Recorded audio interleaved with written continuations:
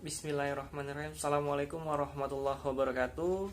Om Swastiastu, Namo Buddhaya, salam kebajikan. Pertama-tama saya panjatkan kehadiran Tuhan semesta alam yang telah memberikan kita karunia, serta salawat serta salam pada baginda besar Nabi Muhammad SAW. Kedua, salam hormat bagi saya kepada dosen penguji yang telah berkenan untuk hadir.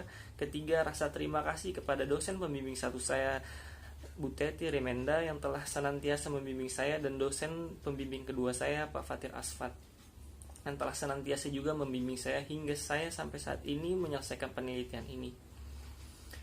Pada kesempatan kali ini saya ingin memperkenalkan diri. Saya Iqbal Fauzan, mahasiswa Manajemen Keuangan 8A. Saya meneliti dengan judul penelitian saya yaitu prediksi financial distress saat pandemik COVID-19 pada perusahaan subsektor garment dan tekstil yang terdaftar di Bursa Efek Indonesia di tahun periode 2016 sampai 2020, penerapan menggunakan model Alman Z-Core. Selanjutnya saya akan menjelaskan perihal latar belakang penelitian saya dengan konsep sebuah puzzle analisis. Ada 8 kepingan yang saya buat pada saat ini. Yang pertama yaitu pandemi COVID-19. Kita tahu bahwasanya Indonesia atau bahkan dunia sedang ditimpa wabah besar atau dikenal sebuah pandemi COVID-19. Dan menurut buklet Kementerian Kesehatan tahun 2020, bahwasanya wabah COVID-19 adalah jenis penyakit baru yang belum diidentifikasikan kepada manusia. Dan kedua itu terhadap perekonomian. Nah, dampak pandemi COVID-19 ini sangat signifikan atau sangat besar terhadap perekonomian, nggak cuma di Indonesia, bahkan skala global. Di sini kita melihat bahwasanya Bank Indonesia atau IMF dalam tinjauan moneter di bi.co.id menyebutkan bahwasanya pandemi COVID-19 ini telah memicu resesi ekonomi global. Dan menurut penelitian Octavia pun, terjadinya shock ekonomi dapat disebabkan sebuah shock guncangan, dan saat ini adalah shock guncangan itu disebabkan oleh pandemi COVID-19. Nah, setelah berpengaruh terhadap resesi global, pandemi COVID-19 juga akan memberikan pengaruh dari ekonomi global terhadap indeks harga saham gabungan. Ini kita lihat bahwasanya terjadinya penurunan yang drastis indeks harga saham gabungan. Hal ini dibuktikan dari penelitian Junaidi tahun 2020 mengenai dampak pandemi COVID-19 yang berpengaruh secara signifikan terhadap harga indeks saham gabungan yang direpresentasikan. Kita lihat bahwasanya harga-harga saham, indeks harga saham gabungan mengalami penurunan yang drastis di masa pandemi COVID-19 ini. Ya, tak terkecuali kita melihat indeks manufaktur juga mengalami penurunan, karena manufaktur ini menjadi salah satu penopang penting dalam perekonomian, khususnya juga industri tekstil dan garment. Maka dari itu peneliti mengambil sebuah objek penelitian yaitu industri garment dan tekstil, karena di sini melihat ada sebuah fenomena yang unik. Bahwasanya di sini tim CNBC Haryanto tahun 2020 menuliskan industri garment dan tekstil sempat dianggap paling rendah terkena dampak karena industri garment dan tekstil ini menyuplai APD, alat pelindung untuk corona ini, untuk medis segala macam. Namun di sini ada pembantahan dari Kementerian Perindustrian, Kartasasmita tahun 2020 di CNBC juga, bahwasanya ternyata industri dan garment dan tekstil ini juga terkena dampak yang signifikan. Dia terkena dampak yang menderita di tengah pandemi COVID-19 ini karena keterbatasan bahan baku. Dan di sini juga ada berita bahwasanya menyebutkan 1,5 juta pekerja industri garment dan tekstil itu diberhentikan. Ini mengganggu operasional perusahaan. Maka dari itu peneliti tertarik untuk meneliti objek penelitian garment dan tekstil. Selain itu bahwasanya karena dampak pandemi COVID-19 terus menerus memberikan penurunan terhadap harga saham, tentunya akan berdampak terhadap keuangan perusahaan. Dan keuangan perusahaan ketika terus berdampak itu tentunya akan memberikan dampak terhadap kesulitan keuangan. Kesulitan keuangan ini yang akan terjadinya financial distress. Bahwasanya penelitian Hanifah 2013 juga menyebutkan bahwasanya financial distress ini terjadi di berbagai perusahaan karena perusahaan cenderung mengalami kesulitan keuangan. Yang saya tadi sebelum jelaskan bahwasanya pandemi COVID-19 ini akan berdampak terhadap penurunan kinerja saham, berdampak terhadap keuangan, dan berdampak juga terhadap kesulitan keuangan yang akhirnya nanti terjadi financial distress. Dan financial distress ini adalah salah satu cara untuk mengetahui kondisi keuangan perusahaan sebelum terjadinya kebangkrutan. Nah, maka dari itu bahwasanya peneliti ingin tertarik melakukan penelitian terhadap objek penelitian garment dan tekstil karena fenomena ketimpangan tersebut. dan memang potensi sebuah kebangkrutan. Dan peneliti ini menggunakan model prediksi Alman Z-Core. Kenapa peneliti menggunakan model prediksi Alman Z-Core? Karena di sini Tanjung mengatakan bahwasanya Alman adalah orang pertama yang melakukan implementasi multiple discriminant analysis. Dan Alman juga menjadi orang pertama yang menganalisis kebangkrutan terhadap perusahaan manufaktur. Dan peneliti mengatakan bahwasanya model Alman Z-Core ini merupakan salah satu model terbaik dalam memprediksi financial distress. Hal ini juga melihat dari penelitian Tanjung bahwasanya hasil komparasi model yang dia gunakan antara Alman Z-Core, Springate, Zimejewski, dan Olson berikut menunjukkan bahwasanya Alman Z-Core merupakan model yang paling akurat. Maka dari situ peneliti menggunakan model Alman Z-Core dalam meneliti financial distress pada objek penelitian garment dan tekstil saat ini. Oke, itu latar belakang penelitian. Selanjutnya saya akan menjelaskan tentang kerangka landasan teori. Di sini kerangka landasan teori pertama adalah financial distress. Saya ngambil teorinya Fahmi tahun 2011. Kedua itu modelnya. Setelah financial distress saya menggunakan model prediksi atau model analisis Alman Z-Core, itu menjadi model yang pertama kali untuk perusahaan manufaktur, yaitu Profesor Alman, Edward A. Alman.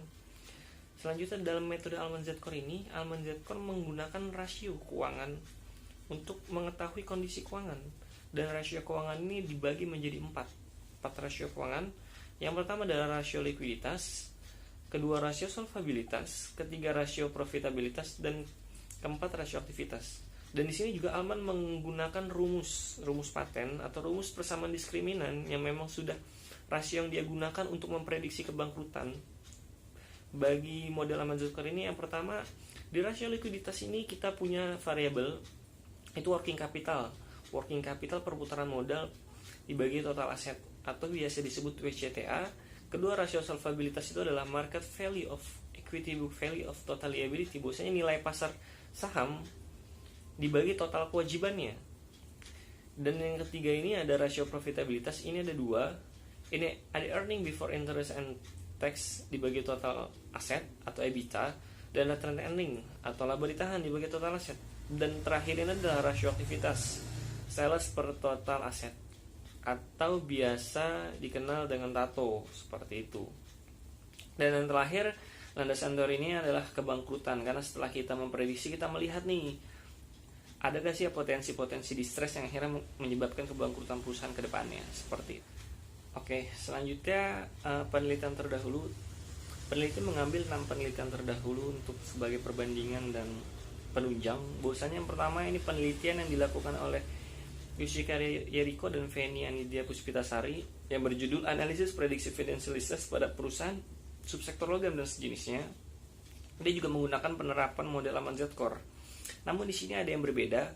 Bahwasanya di sini ada perbedaan yang mencolok yang digunakan. Bahwasanya di sini penelitian dilakukan pada saat perang dagang antara Amerika dan Cina. Di sini ada perbedaan kondisi yang akhirnya menciptakan sebuah gap yang menghasilkan bahwasanya ada beberapa perusahaan logam dan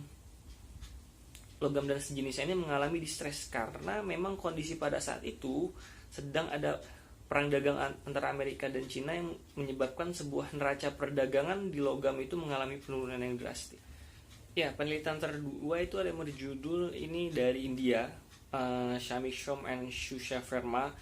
Mereka meneliti tentang financial distress in Indian aviation industry investigation using bankrupt prediction model. Bahwasanya di sini mereka meneliti tentang perusahaan penerbangan di India dan kondisi pada saat itu sedang krisis keuangan di penerbangan yang mengakibatkan bahwasanya karena kondisi tersebut mengakibatkan beberapa maskapai mengalami kondisi distress, yaitu SpiceJet, JetAirways, dan Air India yang telah mengalami kondisi kesulitan keuangan atau kondisi distress.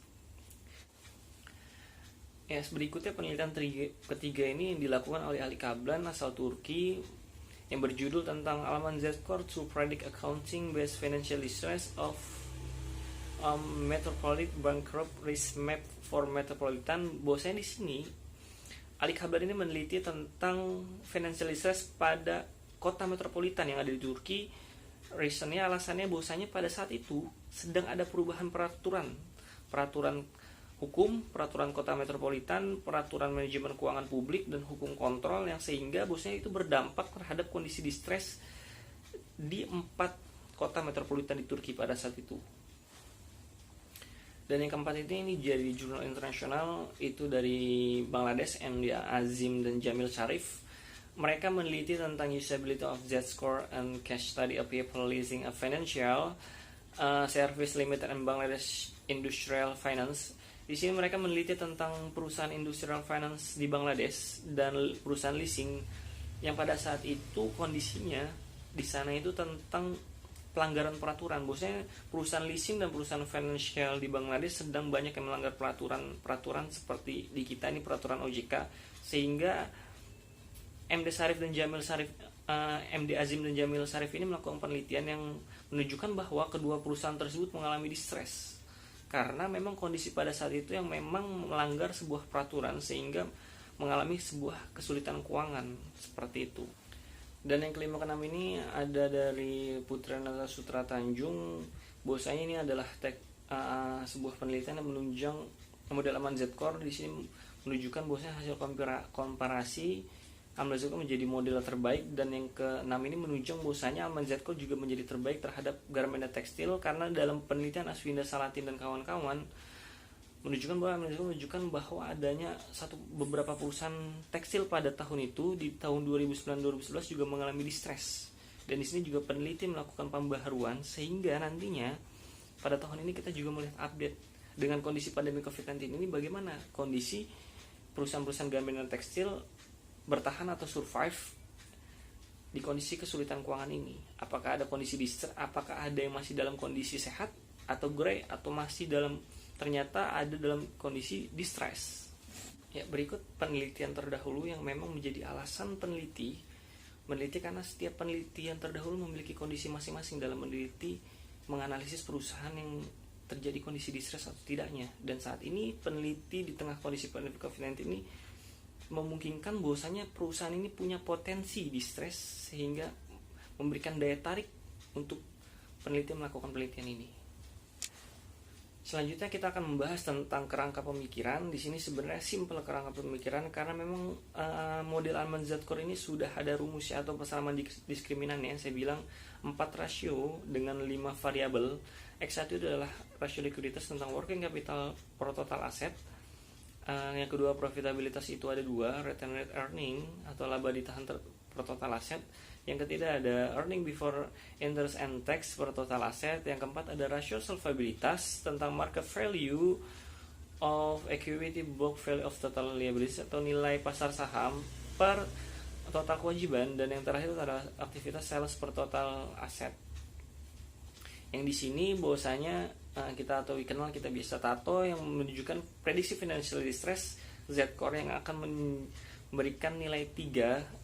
Apakah perusahaan ini dalam kondisi sehat, gray, atau perusahaan ini dalam kondisi distress. Nah, untuk menentukan perusahaan dalam kondisi sehat, gray, atau distress biasanya dalam model Z-Core ini sudah ada perhitungannya. Bahwasanya kalau nilainya lebih besar 2,9 dari 2,9 perusahaan itu dikatakan dalam kondisi sehat.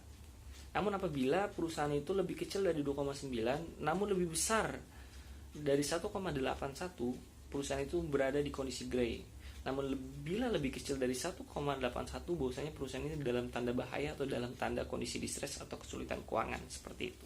Ya, selanjutnya metodologi penelitian. Di sini jenis penelitian kita menggunakan penelitian kuantitatif, asosiatif, kuantitatif.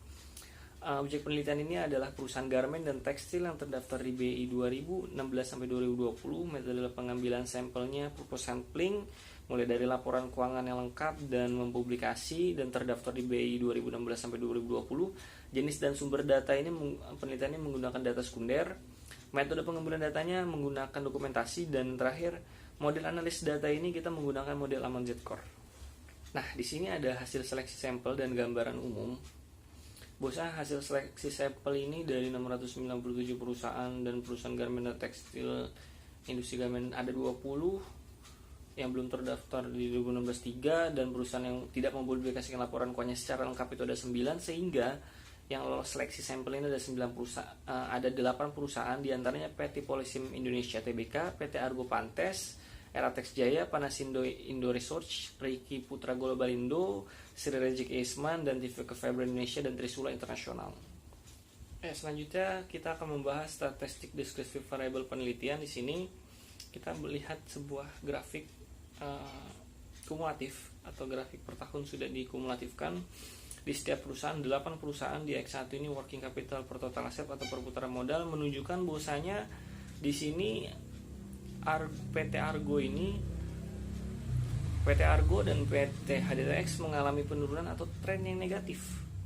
Di sini menunjukkan tren yang negatif bahwasanya nilai hutangnya itu lebih besar dibandingkan nilai asetnya dalam perputaran modal, yang menunjukkan bahwasanya perusahaan tidak sanggup untuk melunasi kewajiban jangka pendeknya. Sedangkan kalau melihat perusahaan lain, bahwasanya ADMG mengalami kenaikan, ADMG, RTX juga mengalami kenaikan, Ricci juga mengalami kenaikan, Sril juga mengalami kenaikan, Tiviko juga mengalami kenaikan. Namun di sini ada yang fluktuatif, ada yang naik, ada yang turun. Itu adalah TRIS di tahun 2016, turun di tahun 2017, turun lagi di tahun 2018, dan turun lagi. Di sini TRIS mengalami tren penurunan dibandingkan perusahaan-perusahaan lain, yang menunjukkan bahwasanya juga nilai rasio likuiditas atau kemampuan membayar hutang jangka pendeknya juga mengalami penurunan. Selanjutnya di nilai X2, di sini ada rasio profitabilitas perusahaan. Di sini juga ada kumulatifnya. Lagi-lagi di sini ADMG, Argo dan HDTX mengalami tren yang negatif. Diikuti juga dengan ADMG dan mengalami tren yang negatif, bahwasanya menunjukkan bahwasanya laba ditahan dari ketiga perusahaan ini mengalami nilai yang defisit, makanya memiliki nilai yang negatif. Dan di sini RTX, Ricci, TRIS, Sril dan TRIS masih memiliki laba atau masih memiliki surplus dari laba ditahan. Namun Tiviko ini sempat fluktuatif, sempat negatif, sempat rugi, sempat surplus, sempat rugi di tahun 2020 di masa pandemi COVID-19 ini, sempat rugi kembali. Selanjutnya di X3, bahwasanya ini juga masih di rasio profitabilitas, earning before interest and tax ya, laba sebelum bunga dan pajak terhadap total aset. Ini menunjukkan juga lagi-lagi ADMG, Argo dan HDTX memiliki tren yang negatif. Jadi laba operasional ini juga memiliki tren negatif, bahwasanya perusahaan juga mengalami defisit dari laba operasional. Dan di sini hanya ARTX, Ricci, Sril dan TRIS yang tetap konsisten memiliki laba surplus, dan Tiviko lagi-lagi fluktuatif terhadap laba surplusnya. Dan X4 ini ada rasio solvabilitas, bahwasanya nilai pasar saham terhadap total kewajiban. Di sini yang paling besar ini kita lihat adalah Tiviko, bahwasanya nilai pasar sahamnya ternyata lebih besar dengan nilai dari 2016 itu nilai 10, bahwasanya perbandingannya cukup besar antara nilai pasar saham dan total kewajibannya, yang menunjukkan bahwasanya perusahaan ini memiliki kemampuan membayar hutang jangka panjangnya atau keseluruhan hutangnya. Ini Tiviko dari menguasai dari dibandingkan 10 walaupun turun sempat ke 8, 9 dan naik lagi di tahun 2019 12 dan naik lagi di tahun 2020 18. HDTX juga memiliki nilai yang baik. Selanjutnya hanya Argo, RTX, Ricci, Sril dan TRIS yang memiliki nilai perbandingan di bawah 1, yang menunjukkan bahwasanya mereka masih memungkinkan untuk tidak bisa melunasi utang jangka panjangnya atau kewajiban jangka panjangnya atau rasio solvabilitasnya. Nah, yang kelima ini adalah variabel sales per total aset. Ini adalah yang biasa dikenal TATO. Di sini kita melihat bahwasanya sales ini melihat bagaimana volume penjualan suatu perusahaan, apakah ada peningkatan yang akhirnya merepresentasikan nanti ke laba juga. Dan di sini kita melihat bahwasanya adanya fluktuatif atau penurunan, terutama ada penurunan di Argo, penurunan volume penjualan. Dan rata-rata setiap perusahaan ini mengalami penurunan yang signifikan di tahun pandemi COVID-19, di tahun 2019 dan 2020. Kita melihat TRIS bahwasanya terjadi penurunan dari 2018 ke 2019. Tiviko juga demikian, penurunan dari 2018-2019. Sril juga demikian. Dan hampir setiap perusahaan mengalami penurunan volume penjualan di tahun 2018 ke 2019 dan ke 2020. Menunjukkan bahwasanya kondisi pandemi COVID-19 ini sangat berpengaruh juga terhadap volume penjualan atau bahkan rasio aktivitas dari perusahaan. Nah, selanjutnya kita melihat bahwasanya hasil prediksi kebangkrutan ini menunjukkan tahun 2016, 2017 hanya ada satu perusahaan yang bertahan dalam kondisi sehat, dan sisanya 7 perusahaan berada dalam kondisi distress. Dan satu perusahaan yang berada dalam kondisi sehat itu hanya PT Tivico Fiber Indonesia atau Tivico. Hal ini menunjukkan bahwasanya dikarenakan nilai pasar sahamnya itu sangat besar yang akhirnya menutupi rasio solvabilitasnya, kewajibannya, akhirnya meningkatkan minat investor untuk berinvestasi. Selain itu rasio likuiditasnya juga tidak pernah berada di tren negatif, beda dengan perusahaan-perusahaan lainnya. Namun pada tahun 2018 sampai 2020 ada satu perusahaan yang memperbaiki kinerja keuangannya sehingga berada di posisi gray. Ini juga dikarenakan nilai rasio solvabilitasnya mengalami peningkatan atau nilai pasar sahamnya terhadap total kewajibannya. Sedangkan lagi-lagi PT Tivico Fiber Indonesia menjadi satu-satunya perusahaan yang konsisten berada di kondisi sehat di tahun 2018, 2019, 2020. Jadi ini nih satu perusahaan yang tidak terlalu terkena dampak COVID-19 karena perusahaan ini berada dalam kondisi sehat, beda dengan 6 perusahaan lain di tahun 2016, 2017, 2018, 2019, 2020 masih dalam kondisi distress walaupun ada peningkatan. Kayak kita lihat di sini PT Eratex Jaya mengalami peningkatan juga, berada di nilai 1, dan PT Riki Putra Global Indo juga berada di nilai 1. Dan di sini yang paling parah ini ada di PT Argo Pantes dan PT HDTX. Argo Pantes dan Panacea Indo Resource, mereka mengalami tren Z-score yang negatif, menunjukkan bahwasanya bahaya kesulitan keuangannya cukup signifikan atau cukup bahaya karena mereka memiliki nilai perbandingan yang negatif. Bahwasanya rasio likuiditas juga tidak memadai, aktivitas tidak memadai, solvabilitas tidak memadai, profitabilitas juga tidak memadai. Ya, kesimpulan dari penelitian ini bahwasanya pada tahun 2016-2017 terdapat 7 perusahaan yang mengalami distress dan 1 perusahaan tidak mengalami distress. Dan yang kedua ini, namun pada tahun 2018-2019-2020 ada 1 perusahaan yang mengalami peningkatan, yaitu berada di posisi gray yang tadi.